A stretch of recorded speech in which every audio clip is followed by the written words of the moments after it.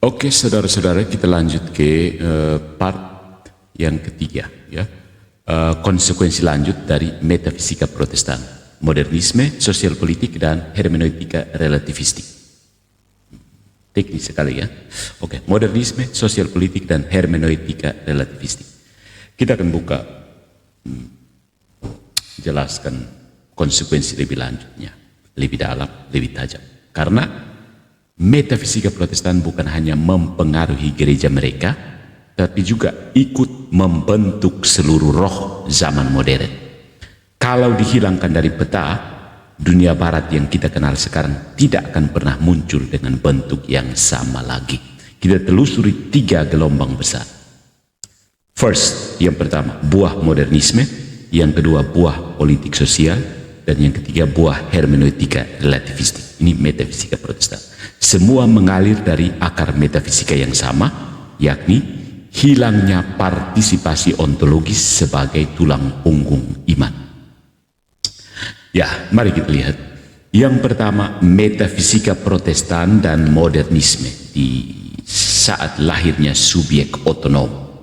Ketika gereja tidak lagi mempunyai wujud ilahi dan sakramen tidak lagi mengalirkan rahmat secara objektif, maka sesuatu yang lain harus naik menggantikan tempatnya.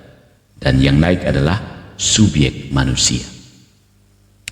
Protestantisme tanpa maksud jahat menanam benih ini. Tuhan berbicara melalui kitab suci dan setiap individu dipanggil menafsirkan dengan hati nuraninya. Ya. Luther tidak menduga bahwa 100 tahun setelahnya hermeneutika itu akan meluas menjadi manusia adalah hakim atas makna.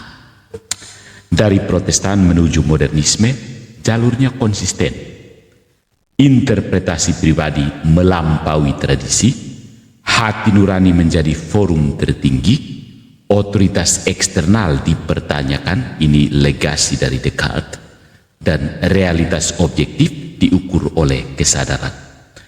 Nah, mazhab-mazhab modern seperti Descartes, Immanuel Kant, Friedrich Hegel, semuanya berdiri di tanah yang sudah digemburkan oleh metafisika Protestan. René Descartes, Immanuel Kant, Hegel ini siapa? Hegel, Friedrich Hegel, ya. Katolik menahan perubahan itu karena analogia entis dan struktur sakramental itu tetap menjaga relasi objektif antara ciptaan dan sang ada. Dunia tetap partisipatif, makna tetap melekat pada being, makhluk, wujud, being. Makna itu tetap melekat pada sesuatu yang ada. Dalam Protestan, being itu tidak lagi sakramental, wujud tidak lagi sakramental. Makna menjadi proyek interpretasi. Disinilah modernisme mengambil nafas pertamanya. Konsekuensi yang kedua pada dunia politik dan masyarakat barat, Western Civilization. Ketika gereja tidak lagi merupakan tubuh ilahi, dia tidak bisa lagi menjadi prinsip kesatuan sosial. Maka sistem-sistem politik lahir menggantikannya. Kita masuk wilayah berani tapi jujur. Yang pertama, muncul demokrasi modern. Demokrasi bukan buruk, tapi dia berkembang karena metafisika Protestan menolak struktur ontologis komunal. Hasilnya, otoritas menjadi kontrak, bukan partisipasi dalam tatanan keberadaan atau tatanan wujud, the order of being. Ya. Yang berikutnya ada negara bangsa. Protestantisme menceraikan agama dari struktur universal gereja. Yang muncul adalah identitas nasional, bukan identitas eklesial. Gereja terpecah, negara bangsa mengambil alih fungsi pengikat. Karena gereja tidak bisa bersatu lagi, maka negara bangsa, nation state, itu mengambil alih sebagai fungsi pengikat. Kemudian ini yang paling diagung-agungkan Protestan, kapitalisme Protestan. Dari Calvinisme lahir etos gereja yang memisahkan rahmat dari keberadaan batin. Kesuksesan ekonomi dianggap tanda berkat, bukan buah transformasi moral. Inilah akar etika kapitalisme Weberian. Ingatkan Max Weber. Kemudian yang paling jelas, sekularisme. Ketika dunia tidak sakramental, dia jadi ruang netral. Allah ditempatkan di atas, dunia di bawah, tanpa ikatan ontologis. Sekularisasi itu bukan pemberontakan, dia hanya kesimpulan logis dari metafisika yang merendahkan simbol dan ritus.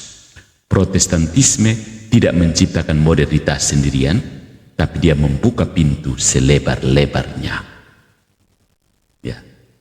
Ya. Kemudian ada konsekuensi pada hermeneutika, penafsiran, interpretasi, relativisme sebagai buah terakhir. Kalau dalam polemik sosial media sekarang itu diwakili oleh pendeta yang terhormat Binsar Huta Barat.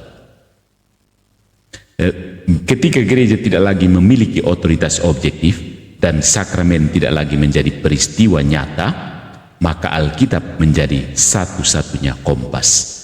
Akan tetapi kompas tanpa penjaga arah mudah diperebutkan. Setiap penafsir menjadi kapten kapalnya sendiri. Dari sini lahirlah 3 tahap. Tahap pertama, private interpretation, tafsir-tafsir pribadi.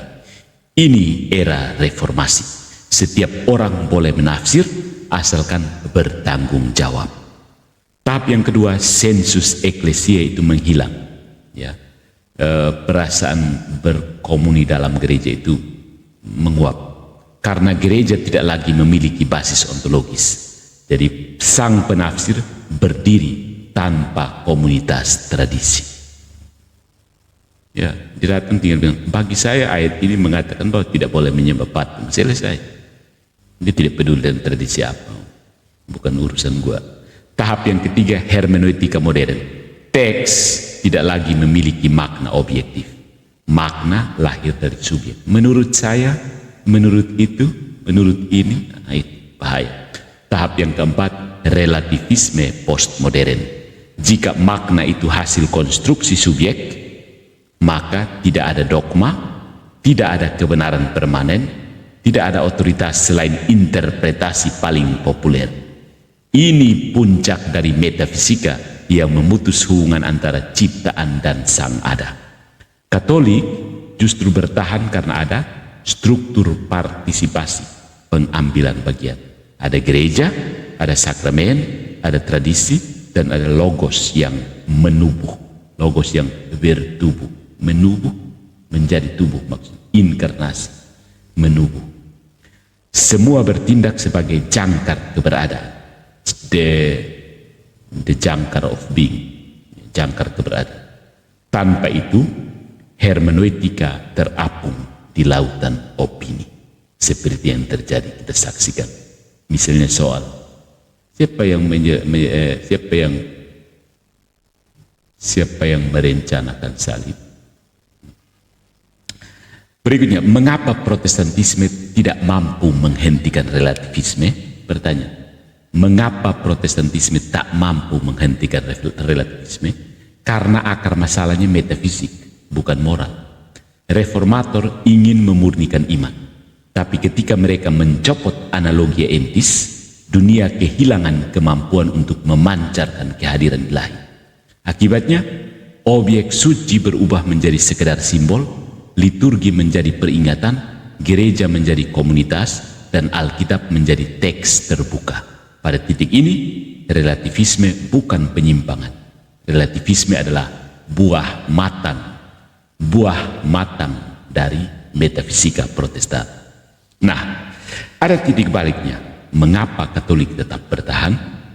Karena struktur metafisik Katolik bersandar pada 3 pilar tua. Yang pertama, being itu analogis, keberadaan itu analog, bukan identik atau terputus.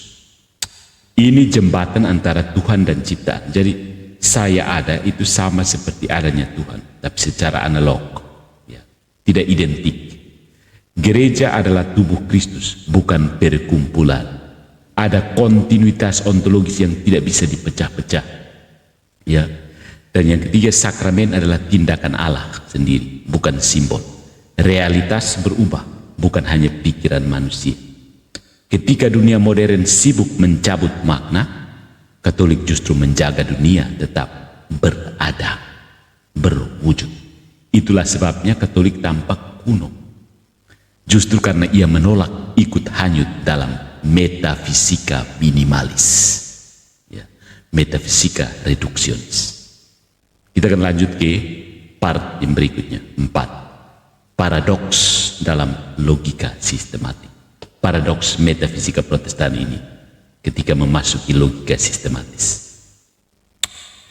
Jadi ini kita masuk ke bab yang paling kritis, ya, bab yang membuat banyak orang Protestan biasanya mulai gelisah. Paradoks metafisika Protestan ketika memasuki logika sistematis. Di sini fondasinya sendiri mulai menunjukkan retak-retak. Ya, kita paparkan, ya, dengan tetap berakar pada tradisi panjang dan tidak pernah tergesa-gesa. Oke, let's begin. Saya beri judul paradoks metafisika Protestan. Sampai di sini saya masih sempat disclaimer, ya. Saya punya imaginative reader. Istilahnya apa? Target audiens saya jelas, ya. Target audiens saya sudah membayangkan pembaca imajinatif saya, pendengar imajinatif saya. Jadi Anda menyesuaikan dengan saya, bukan saya menyesuaikan dengan sembarang orang. Metafisika Protestan tidak gagal karena niatnya buruk, tapi gagal karena dia mengandung kontradiksi struktural.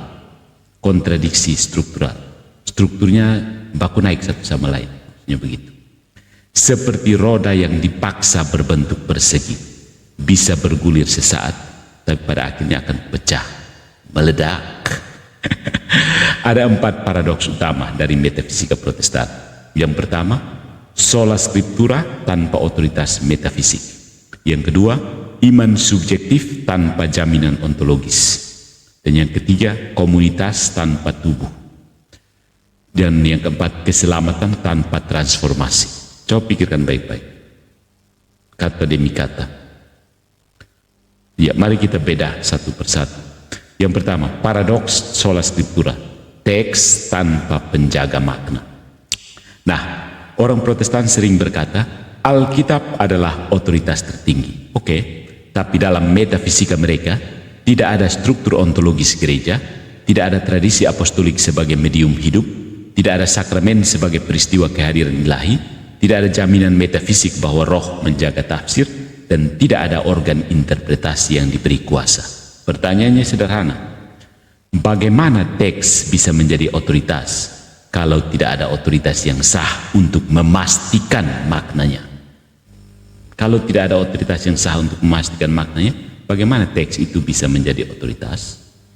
Sola scriptura demi dirinya sendiri membutuhkan sola interpretatio, dan sola interpretatio selalu menghasilkan fragmentasi. Dan ini bukan kecelakaan, ini struktur. Ketika otoritas gereja dipotong, otoritas tafsir individu tumbuh seperti jamur liar. Hasilnya, satu Alkitab, puluhan ribu denominasi.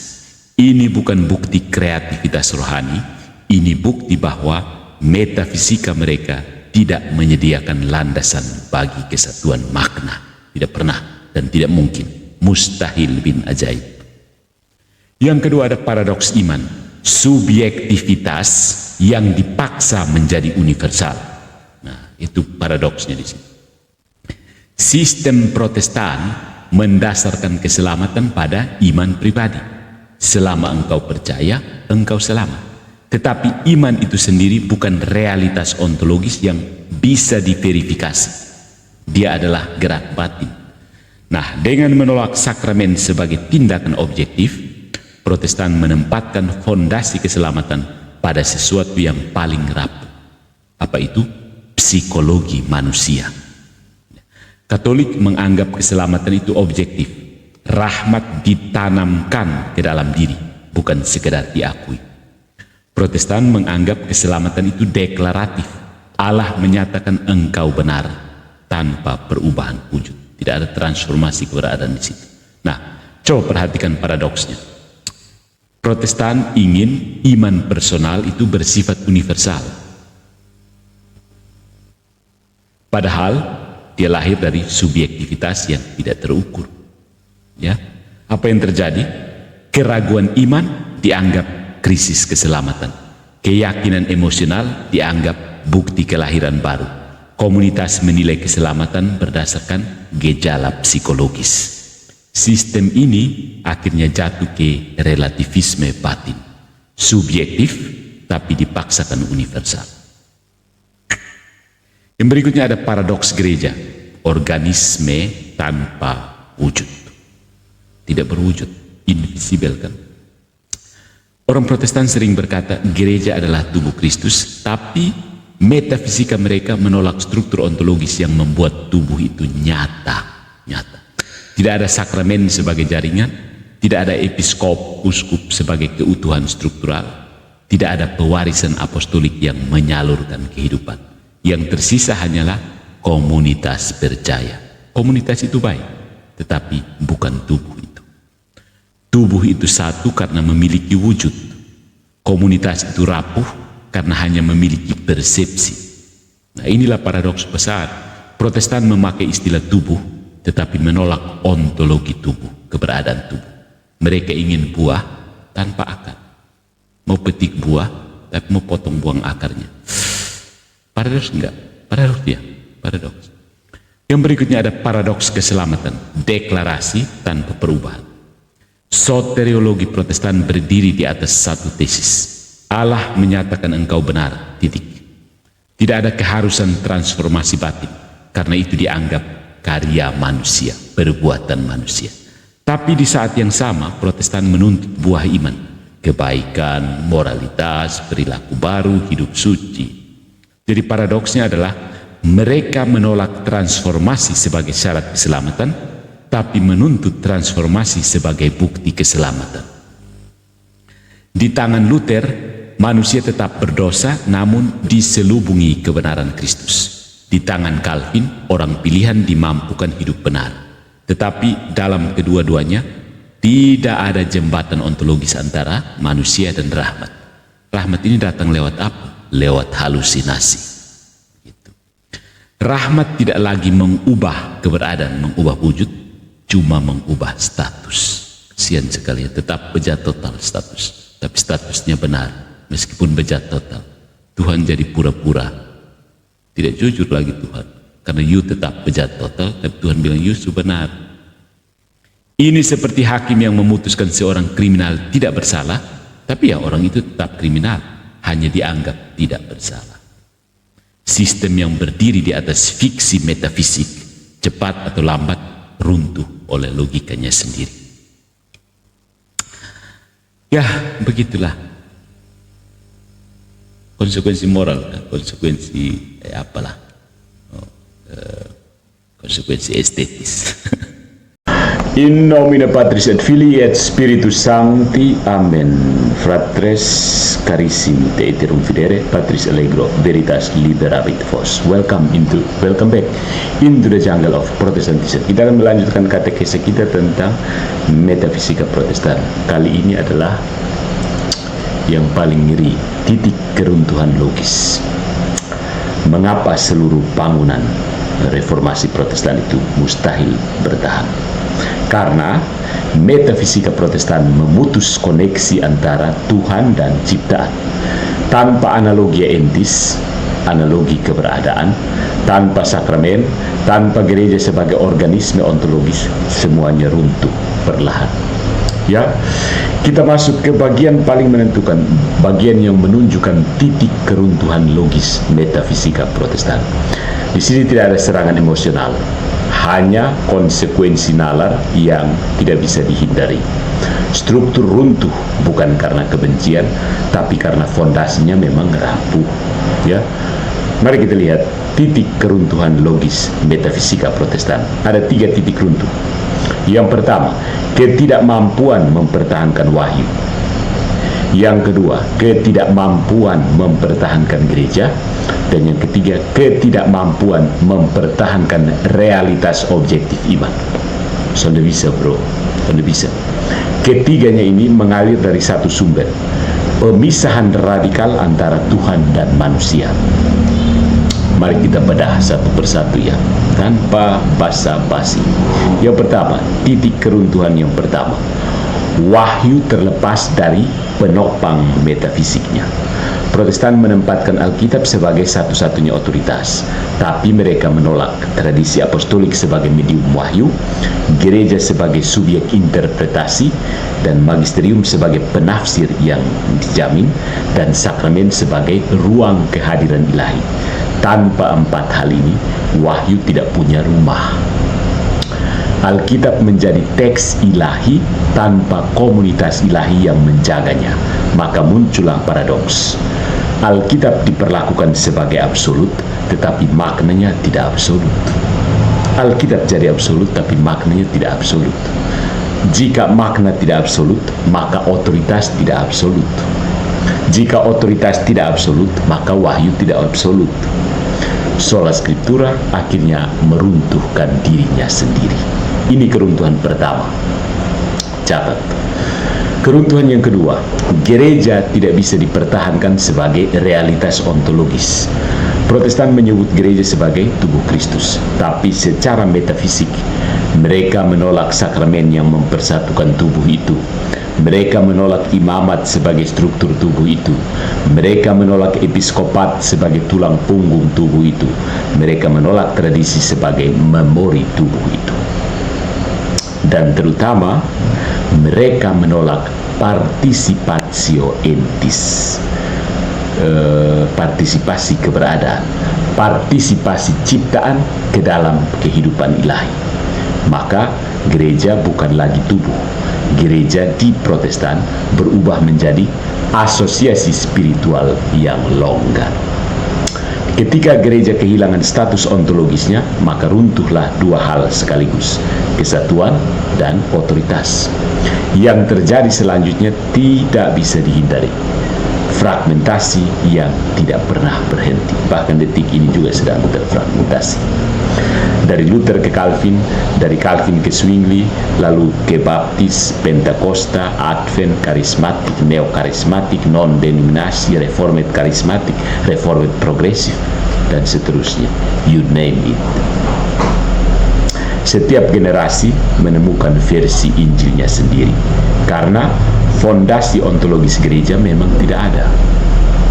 Ini keruntuhan kedua. Keruntuhan yang ketiga, iman kehilangan realitas objektif. Dalam metafisika Katolik, iman itu habitus yang ditanamkan, kebiasaan yang ditanamkan, rahmat yang mengubah kodrat, partisipasi manusia pada kehidupan Allah. Dalam metafisika Protestan, iman itu kepercayaan subjektif, deklarasi Allah atas status manusia, dan pengalaman batin. Tanpa transformasi ontologis, iman hanya menjadi emosi yang diberi nama teologis. Masalahnya sebenarnya jelas. Emosi tidak punya struktur epistemik. Emosi itu tidak tahu bagaimana cara mengetahui yang benar. Dia naik turun. Dia tidak bisa dijadikan dasar keselamatan. Ketika iman menjadi subjektif, doktrin keselamatan bergantung pada pengalaman pribadi, perasaan yakin, pengalaman kelahiran baru, kedamaian hati, sense of being forgiven, rasa diampuni. Semua ini tidak objektif dan halusinatif, tidak terukur, tidak stabil. Akhirnya keselamatan kehilangan realitasnya. Keselamatannya tidak nyata, alias keselamatannya halu. Ini yang tersisa kemudian hanyalah psikologi. Ini keruntuhan ketiga. Nah, mengapa setiap upaya memperbaiki Protestantisme justru melahirkan denominasi baru? Pertanyaan penting ya. Karena perbaikannya tidak menyentuh akar metafisiknya. Ya, ketika Protestan mencoba memperbaiki doktrin, Arminian memperbaiki Calvinisme, Wesleyan memperbaiki Arminian, Pentekostal memperbaiki Wesleyan, karismatik memperbaiki Pentakosta, Injili memperbaiki karismatik, non-deno memperbaiki Injili, progressive Christianity memperbaiki non-deno, dan sekarang deconstruction movement memperbaiki semuanya. Aneh kan? Setiap perbaikan lahir karena akar metafisiknya kosong, Tidak ada struktur ontologis yang mengikat gereja pada satu realitas objektif. Maka setiap perbaikan berubah menjadi denominasi. Nah, ini keniscayaan logis. Protestantisme tidak bisa diperbaiki dari dalam. Ingat, Protestantisme tidak bisa diperbaiki dari dalam karena metafisikanya sudah memotong jembatan antara dunia dan Tuhan. Jadi kesimpulannya seperti ini kesimpulan metafisik. Mengapa Protestantisme hanya bisa bertahan sebagai gerakan moral, bukan sistem teologis? Karena satu hal sederhana, tanpa analogia entis, tidak ada teologi Kristen yang dapat bertahan. Son ada. Ketika Protestan menolak partisipasi ciptaan, sakramen sebagai tindakan ontologis, gereja sebagai tubuh ilahi, tradisi sebagai memori hidup, magisterium sebagai subjek hermeneutis, dia kehilangan seluruh struktur metafisik yang membuat iman Kristen berwujud. Yang tersisa adalah gerakan moral. Hidup dalam anugerah, berbuat baik, mengasihi sesama, memuji Tuhan. Semua ini baik, semua ini memang mulia, tetapi semua ini bukan teologi Kristen yang lengkap. Ya, ini etika Kristen tanpa ontologi Kristen. Protestantisme akhirnya tinggal sebagai gerakan rohani, bukan sistem metafisik, bukan. Ya. Soal metafisik mereka blank. Ya. So my friends, what happened? Begitulah kesedihan kita karena metafisika yang abal-abal.